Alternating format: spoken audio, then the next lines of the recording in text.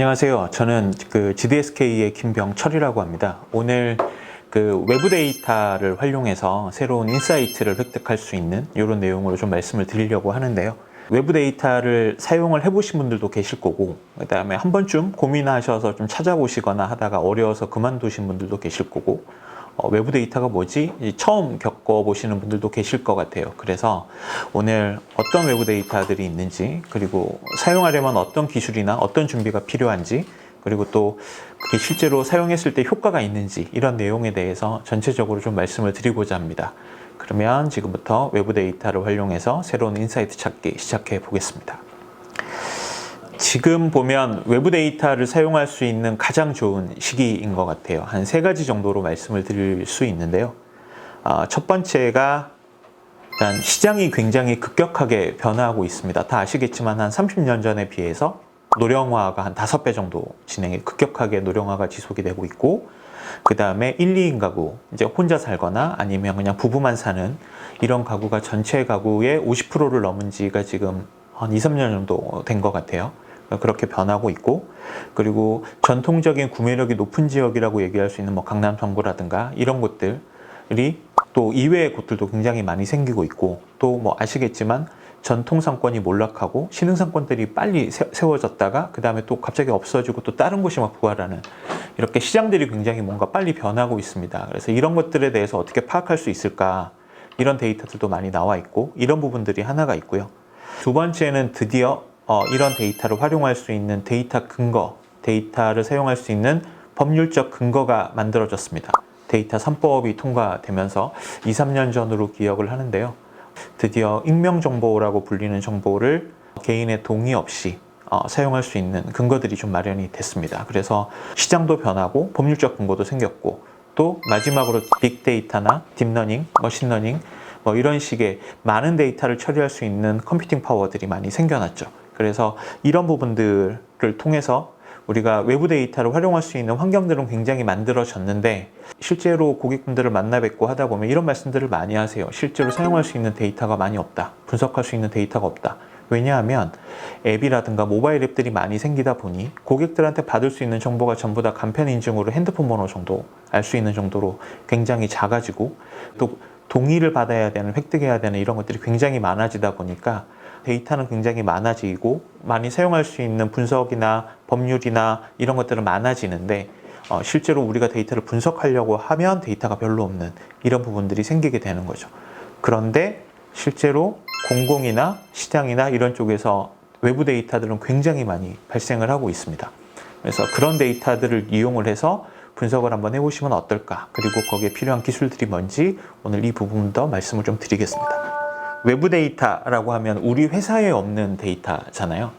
그러니까 다른 회사에 있는 걸 수도 있고, 공개된 데이터일 수도 있고, 판매하는 데이터일 수도 있고, 우리 회사에 없는 데이터인데, 앞에서 제가 말씀드렸던 법률적 근거가 마련됐다라고 하는 게 뭐냐면, 데이터가 조금 세분화됐습니다. 옛날에는 그냥 데이터라고 하면 동의도 받아야 되고 이런 것들이 있었는데, 데이터가 개인정보, 가명정보, 익명정보로 좀 세분화가 됐습니다. 개인정보는 알고 계신 그대로예요. 개인을 식별할 수 있는 정보이기 때문에 그 사람한테 동의를 받아야 쓸 수 있습니다. 그거는 똑같습니다. 나머지 정보가 가명정보와 익명정보로 나누어졌는데요. 가명정보는 추가 정보를 사용을 해야만 그 사람이 누구인지 알 수 있게 식별할 수 있는 정보예요. 그러니까 개인정보는 그냥 바로 보면 주민등록번호라든가 핸드폰 번호라든가 이런 것들을 의미를 하고, 가명정보는 예를 들면 홍길동이라는 사람이 있는데 홍땡땡이라고 한다든지, 이렇게 다른 정보하고 결합이 되어야만 그 사람을 인식할 수 있는 정보로, 이 데이터를 활용을 하려면 그냥 우리가 사용할 수 있는 게 아니고 국가에서 지정한 결합 전문기관을 통해서 데이터를 매핑을 해야만 사용할 수 있습니다. 이제 하나가 남았는데요. 그게 이제 익명정보라고 부르는 건데, 익명정보는 상업적 이용도 가능하고 개인의 동의 없이 자유로운 유통이 가능한 정보입니다. 이 정보는 뭐냐면 통계 처리를 해서 범주화된 정보, 그러니까 통계청에서 내어주는 무슨 동에 어떤 사람이 몇 명 있고 몇 명 있고 이런 정보를 익명정보라고 부르거든요. 앞으로 제가 말씀드릴 외부 정보, 외부 데이터라고 하는 것들은 앞에서 말씀드린 개인정보도 아니고 가명정보도 아니고 익명정보에 대해서 말씀을 드릴 거예요. 제가 나가서 여러분들을 만나 뵈면 외부 데이터라고 하면 거의 개인정보를 의미하는 걸로 생각하시는 분들이 많으세요. 제가 만약에 펫사업을 하는데 나한테 애완동물 키우는 사람들의 고객 리스트가 있었으면 좋겠다. 아니면 어떤 좀 고급 물품을 판매를 하려고 하는데 고급 외제차를 소유하고 있는 리스트를 좀 받았으면 좋겠다. 이런 얘기들을 많이 하세요. 이런 리스트들은 전부 다 개인정보라서 그 개인의 동의들을 다 받아야 됩니다. 만약에 그 동의를 받을 거면 저희가 회원을 모집하는 거랑 똑같기 때문에 이런 외부 정보를 활용하는 의미가 별로 없습니다. 그래서 제가 말씀드리는 거는 이제 익명정보다 요거는 하나 기억을 해주시고요. 왜냐하면 이게 가장 많이 공개되어 있고 가장 많이 사용할 수 있는 정보이기 때문입니다. 그런데 이제 보통 그렇게 말씀드리면 이렇게 말씀들을 하세요. 그렇게 뭐 예를 들면 행정동에 몇 명 있고 몇 명 있고 뭐 이런 데이터들이 과연 쓸모가 있냐? 그 부분에 대해서 제가 말씀을 드리려고 합니다. 제가 말씀드릴 사례는 캘리포니아 대학의 팀릿 게브르 연구단에서 자신들이 가지고 있던 딥러닝 기술을 어떻게 활용할 수 있을까 고민을 하다가 구글 스트리트 뷰를 이용을 해서 거기에 나온 이미지들에서 주차된 차들의 데이터를 끌어내 가지고 다른 미국 전역에 있는 인구 특성을 추정해 볼 수 있지 않을까라고 생각을 했습니다. 그래서 미국에 있는 전국 200개 도시에 구글 스트리트 뷰에서 다운받을 수 있는 약 5천만 건의 이미지를 다운을 받아서 이미지 인식을 해서 거기서 차를 인식을 했어요. 그게 약 2,200만 건이 나왔고 그 중에서 그 차에 대한 식별 정보, 이게 어떤 차다 이미지 그런 것들을 통해서 한 2,500개 정도의 차량의 데이터를 추출을 해냈습니다. 그래서 결국 만들어진 외부 데이터는 미국 전역에 약 200개 도시에 있는 어느 지역에 가면 어떤 차종들이 많이 주차되어 있더라 라는 정보가 생겨난 거죠. 그럼 이게 과연 무엇을 의미할까를 알아보기 위해서 자신들이 가지고 있던 국가에서 공개되어 있는 인구라든가 그 다음에 학력이라든가 뭐 소득이라든가 이런 데이터하고 매핑을 해본 거예요. 그래서 그거를 딥러닝 엔진에다가 학습을 시키고 예측을 할 수 있게 만들었습니다. 그래서 보시는 것처럼 인종에 대한 학습과 예측, 학력에 대한 학습과 예측, 그리고 소득에 대한 학습과 예측을 진행을 했고요. 이런 과정들을 통해서 굉장히 높은 그 예측력을 보이는 것을 확인할 수 있었어요. 근데 이거는 약간 예측이 되는 거죠. 차가 뭐 고급차거나 그러면 소득이 높을 거고, 인종도 약간 그런 것들을 반영하고, 학력도 거기에 따라갈 수 있다고 볼 수 있으니까요. 그런데 여기에 하나를 더하게 됩니다. 과거 있었던 대통령 선거 결과를 한번 매핑을 해본 거죠. 그래서 역시 학습을 시키고 이거를 예측을 할 수 있게 했습니다.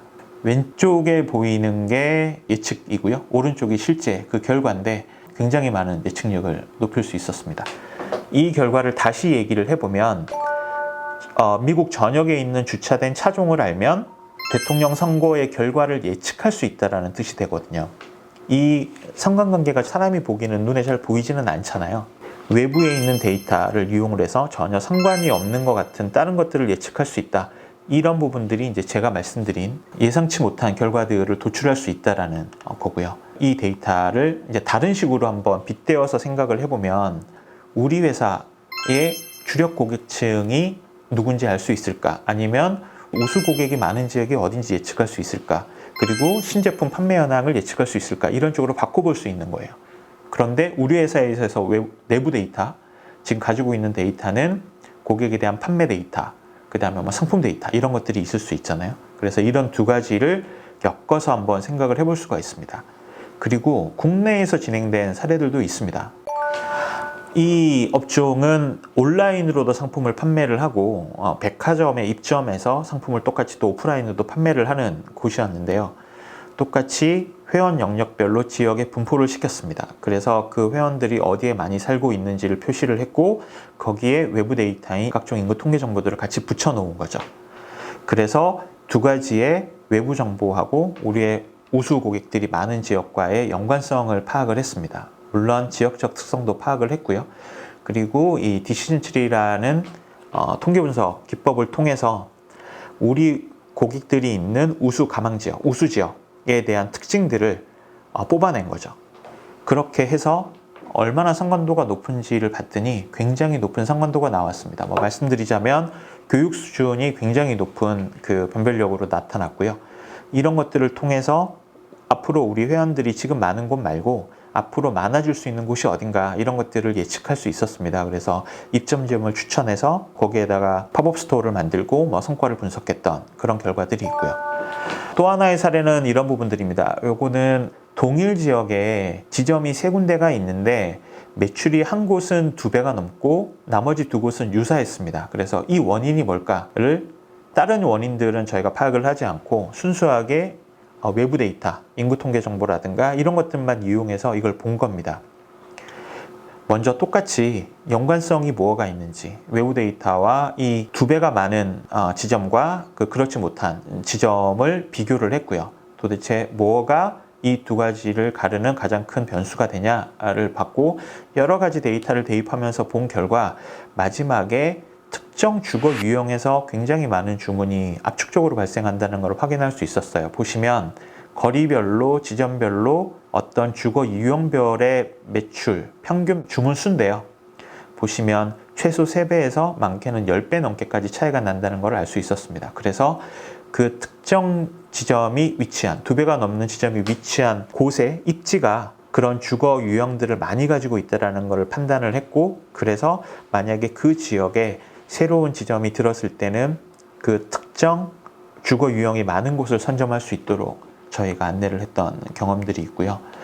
이 사례는 금융 쪽에서 많이 사용을 했던 겁니다. 저희가 가지고 있는 소득 데이터, 어떤 고객이 가지고 있는 이제 소득을 추정한 거죠. 그런 소득과 과연 어떤 연관들이 있을까를 본 건데 이쪽 부분을 보시면 그 고객들의 소득과 연체율과의 비교예요. 그래서 소득이 높을수록 연체율이 낮고 소득이 낮을수록 연체율이 높다라는 것을 파악하실 수 있고 다 붙여본 거죠. 혹시 이게 클레임 발생하는 빈도하고도 관련이 있을까를 본 거고요. 그리고 이 보험사인데 평균 입원 일수, 그러니까 어떤 사고가 나서 입원하는 일수하고도 상관이 있을까? 또 본 거고요. 그리고 실제로 소득 구간과 월 평균 보험료는 어떤 연관이 있을까? 또 본 겁니다. 이런 연관성들이 발견이 돼서 추정 소득과 보험사에서 중요하게 생각하는 손해율, 과연 이 상품을 이 사람한테 판매를 했을 때 예상되는 손해율이 얼마일까를 구분을 나눠서 봤더니 A그룹과 B그룹이 손해율이 굉장히 차이가 많이 나는, 그래서 보험을 인수할 때 이런 것들을 활용할 수 있는 그런 형태로 실제로 사용이 되고 있습니다. 앞에서 말씀드렸던 것처럼 개인정보, 그러니까 내가 원하는 타겟 정보를 리스트를 얻는 게 외부 데이터가 아니고 어떤 사람인지 모르는 익명성을 기반으로 해서 그 데이터를 모아서 분석했을 때도 이러한 연관성들이 발견이 되고 이러한 데이터를 활용했을 때 저희가 미처 예상하지 못했던 이런 인사이트들을 얻을 수 있는 사례들이 굉장히 많고요. 외부 데이터를 개인정보나 데이터에 부담 없이, 그리고 지금 많이 나와 있는 공개된 외부 데이터들을 활용함으로써 인사이트를 얻을 수 있다, 이렇게 말씀드릴 수 있겠습니다.